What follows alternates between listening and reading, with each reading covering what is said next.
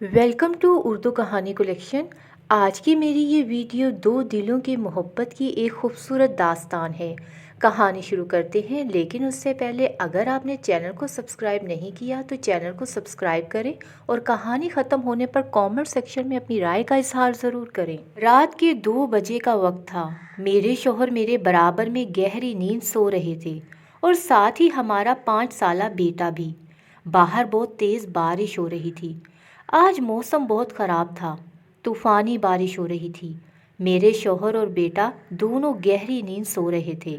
رات کا خاصا پہر گزر چکا تھا، مگر نیند میری آنکھوں سے کوسوں دور تھی۔ اس کی وجہ یہ طوفانی بارش نہیں بلکہ وہ طوفان تھا جو آج سے تقریباً 6 سال پہلے میری زندگی میں آیا تھا۔ میں لیٹے لیٹے اس جگہ جا پہنچی جہاں سے وقت سالوں پہلے گزر چکا تھا، یعنی جب میں 22 سال کی تھی۔ میرا نام ہبا ہے۔ زندگی بہت حسین تھی۔ غم کیا ہوتا ہے نہیں جانتی تھی۔ والد صاحب گورنمنٹ ٹیچر تھے اور ہم 2 ہی بہنیں تھیں۔ آپس میں بہت محبت تھی۔ زندگی اچھی گزر رہی تھی۔ میری تو پڑھائی مکمل ہو چکی تھی، پر فائزہ کالج جاتی تھی۔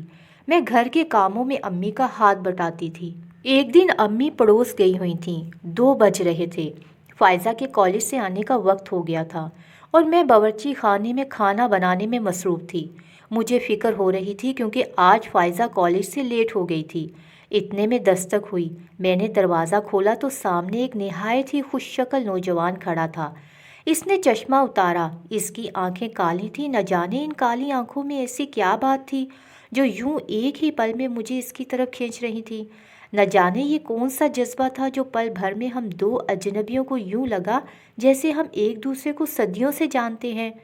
خیر، ایک بیش قیمت گاڑی کھڑی تھی۔ ایسی گاڑی ہمارے محلے میں یہ ذرا ہٹ کے بات تھی۔ اس نوجوان نے سلام کیا۔ اس کی آواز بہت خوبصورت اور سحر انگیز تھی، بالکل اس کی شخصیت کی طرح۔ اس کے بولنے پر میں جیسے ہوش میں آ گئی اور اگلے ہی پل مجھے خود پر غصہ آنے لگا۔ دراصل کالج سے نکلتے ہوئے فائزہ کا پیر پھسل گیا تھا اور گرنے کی وجہ سے اس کی ٹانگ میں چوٹ آ گئی تھی۔ ایسے میں ان صاحب نے ان کی مدد کی اور اس کو گھر تک پہنچایا۔ میں ان کی بے حد مشکور ہوئی۔ اندر بلانا مناسب نہ لگا کیونکہ امی بھی گھر پر نہ تھیں، مگر فائزہ نادان اس کو زور دے کر اندر لے آئی۔ میں جا کر اسی وقت امی کو بلا لائی۔ امی ان کی بے حد مشکور ہوئیں۔ وہ دیکھنے میں شریف لگتا تھا، مگر اس کی موجودگی میں خود کو بہت غیر محفوظ محسوس کر رہی تھی، کیونکہ وہ بات تو فائزہ سے کر رہا تھا مگر اس کی چور نگاہ مجھ پر ہی تھی۔ جیسے ہی میں اس کی طرف دیکھتی وہ نظر جھکا لیتا۔ شاید یہ سب اس کے بھی بس میں نہ رہا تھا۔ وہی کشش اسے بھی میری طرف بری طرح کھینچ رہی تھی۔ بیٹا، تمہارے والد کا کیا نام ہے؟ امی نے بغور ان کے چہرے کو دیکھتے ہوئے سوال کیا تھا۔ جی، شہاب علی۔ مگر کیوں آنٹی؟ ان کے جواب پر امی کا چہرہ ایک دم خوشی سے کھل اٹھا۔ سعدیہ کے بیٹے ہو؟ جی، مگر ارے بیٹا، جب تم لوگ بہت چھوٹے تھے تب ہمارے پڑوسی ہوا کرتے تھے۔ ان کے ابو سے تمہارے والد کی اچھی دوستی تھی۔ یہ تو بہت اچھی بات ہے، وہ خوشی سے بولے، جیسے مجھ تک پہنچنے کے لیے اس کے راستے ہموار ہو گئے ہوں۔ کچھ ہی پل وہ بیٹھے تھے، پھر چل دیے۔ وہ رات میرے 22 سالوں کی تمام تر راتوں سے الگ تھی۔ مہکتی ہوئی زندگی کو نئے موڑ پر لے جانے والی دل میں بہت ہلچل تھی، مگر میں اس ہلچل کو نظر انداز کرنا چاہتی تھی، جو میں چاہ کر بھی نہ کر سکی۔ کچھ ہی دن میں وہ میرے دل پر راج کرنے لگا۔ ان کی آنکھ میں چھپی حیا، ان کا انداز گفتگو، ان کا اخلاق، میں تو بس انہی کی ہو کر رہ گئی، اور یہی حال ان کا بھی تھا۔ ان کے اور میرے والد پرانے جاننے والے نکلے۔ شاید یہ قسمت تھی جو ہم دونوں کو ملانے کے سبب پیدا کر رہی تھی۔ ابو نے ان کا کھانا کیا تھا جب وہ اور ان کی بہن بھی آئی تھیں۔ مسکان تو ان کے لبوں پر سے جا ہی نہیں رہی تھی۔ کھانے وغیرہ سے فارغ ہونے کے بعد میں برتن سمیٹ کر چائے تیار کر رہی تھی کہ مجھے اچانک ان کے وجود کی خوشبو محسوس ہوئی۔ ایک گلاس پانی ملے گا؟ جی۔ پانی پینے کے بعد وہ گویا ہوئے۔ ہبا، مجھے آپ بہت پسند ہیں۔ جب سے آپ کو دیکھا ہے آپ ہی کا ہو گیا ہوں۔ یہ میری طرف سے ایک حقیر سا تحفہ ہے۔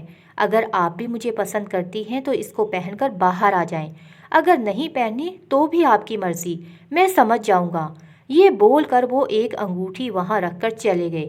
میرا دل دھک دھک کر رہا تھا، مگر پھر میں نے وہی کیا جو دل نے مجھ سے کروایا۔